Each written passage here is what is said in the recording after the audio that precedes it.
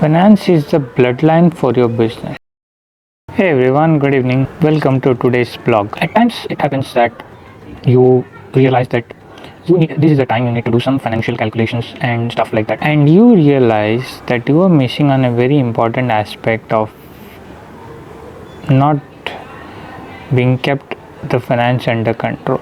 In this blog, I am going to give you a brief about how it is important for you to do the financial planning for your business. Finance is the bloodline for your business. Maintaining cash and cash equivalents in your bank accounts, in your business account is very important because cash is king.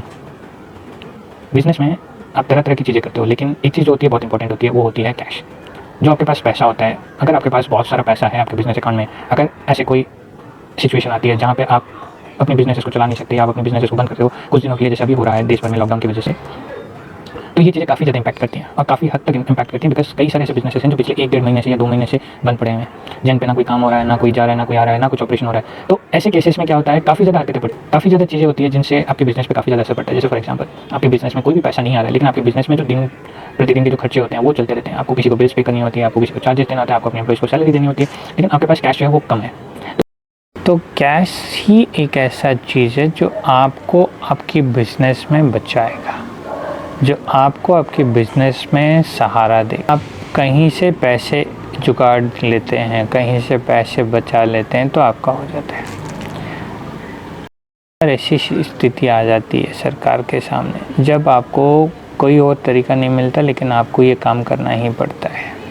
तो उन cases में आप क्या करते हो, उन cases में आप चीज़ों को कैसे हैंडल करते हो उस स्टेट में, और उस विपत्ति के टाइम पे जब आप बिजनेसेस को हैंडल करते हो, जब आप अपनी बिजनेस डिसीजंस इतनी अच्छी तरीके से लेते हो कि आप अपनी बिजनेस की जो कैश अवेलेबल है, जो पैसे अवेलेबल है आपके बैंक के खाते में, बिजनेस के खाते में, आप उनको इस्तेमाल करके पेमेंट भी करते हो और सब कुछ करते हो, और आपके एम्प्लॉय भी आपको सपोर्ट करते. इन सारी चीज़ों को करने के लिए जो चीज़ की ज़रूरत पड़ती है वो होता है पैसा, जो मूल रूप से होता है. तो आपको बिज़नेस में आने वाले खर्चे, अगर आप ऑलरेडी बिज़नेस में हैं तो आपको ये सारी चीज़ें ध्यान में रखनी होती है.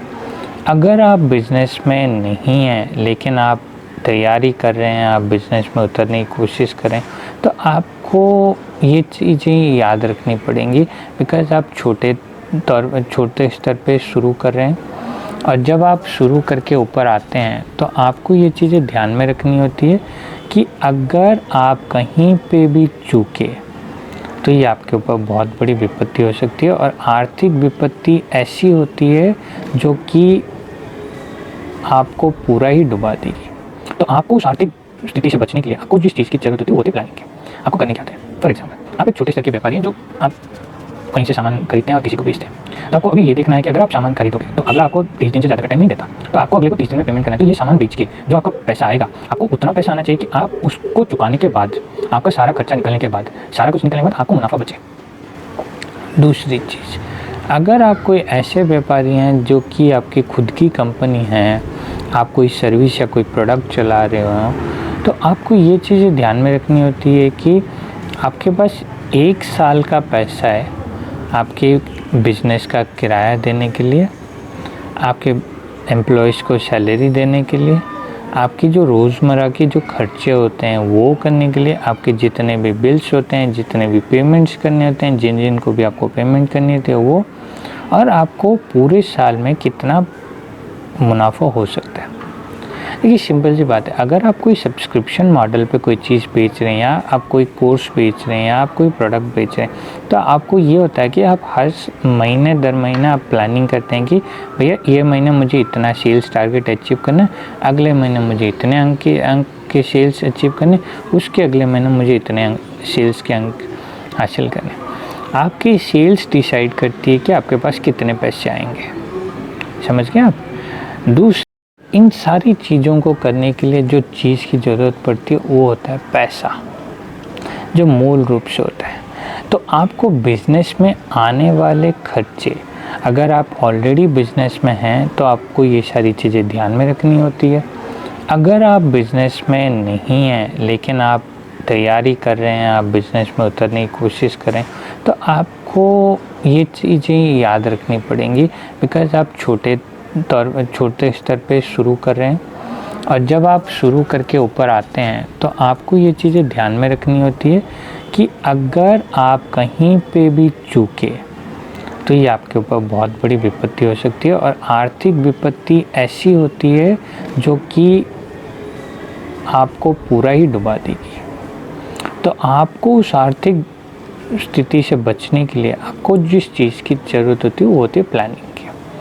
आपको करने क्या होता है, फॉर एग्ज़ाम्पल आप एक छोटे स्तर के व्यापारी हैं जो आप कहीं से सामान खरीदते हैं और किसी को बेचते हैं। तो आपको अभी ये देखना है कि अगर आप सामान खरीदोगे तो अगला आपको 30 दिन से ज़्यादा का टाइम नहीं देता, तो आपको अगले को 30 दिन में पेमेंट करना है। तो ये सामान बेच के जो आपका पैसा आएगा, आपको उतना पैसा आना चाहिए कि आप उसको चुकाने के बाद, आपका सारा खर्चा निकलने के बाद, सारा कुछ निकलने के बाद आपको मुनाफा बचे।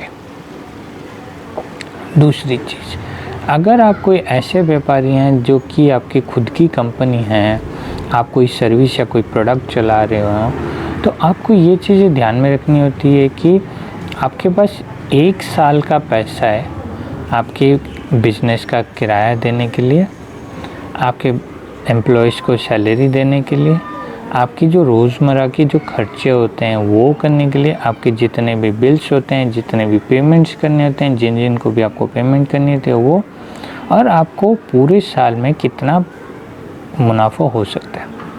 देखिए सिंपल सी बात है, अगर आप कोई सब्सक्रिप्शन मॉडल पे कोई चीज़ बेच रहे हैं, या आप कोई कोर्स बेच रहे हैं, या आप कोई प्रोडक्ट बेच रहे हैं, तो आपको ये होता है कि आप हर महीने दर महीने आप प्लानिंग करते हैं कि भैया ये महीने मुझे इतना सेल्स टारगेट अचीव करना है, अगले महीने मुझे इतने अंक के सेल्स अचीव करने, उसके अगले महीने मुझे इतने सेल्स के अंक हासिल करने। आपकी सेल्स डिसाइड करती है कि आपके पास कितने पैसे आएंगे, उनकी कोई कटौती नहीं होगी, बिकॉज़ उनके घर में काफ़ी सारी चीज़ें होती हैं। आपके पास कैश कितने,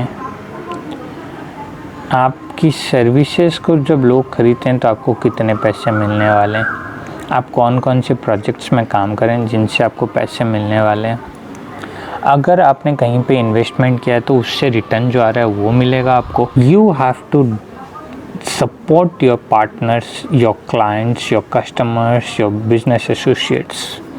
In the case of emergency, when they need emergency help and all, you need to do that, and same vice versa you will get it.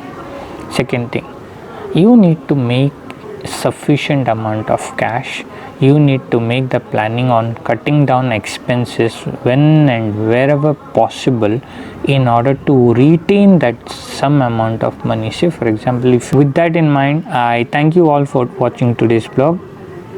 अभी यहाँ तक आपने ये ब्लॉग देख लिया है तो प्लीज़ जाने से पहले वीडियो को लाइक करें, और जो भी लोग इस चैनल को अभी तक सब्सक्राइब नहीं किए, कृपया करके सब्सक्राइब कर लीजिए। आपको बहुत अच्छी कंटेंट मिलेगी। मैं बहुत मेहनत कर रहा हूँ, अपनी छत पे बैठ के रोज़ शाम को आपके लिए एक वीडियो रिकॉर्ड करता हूँ।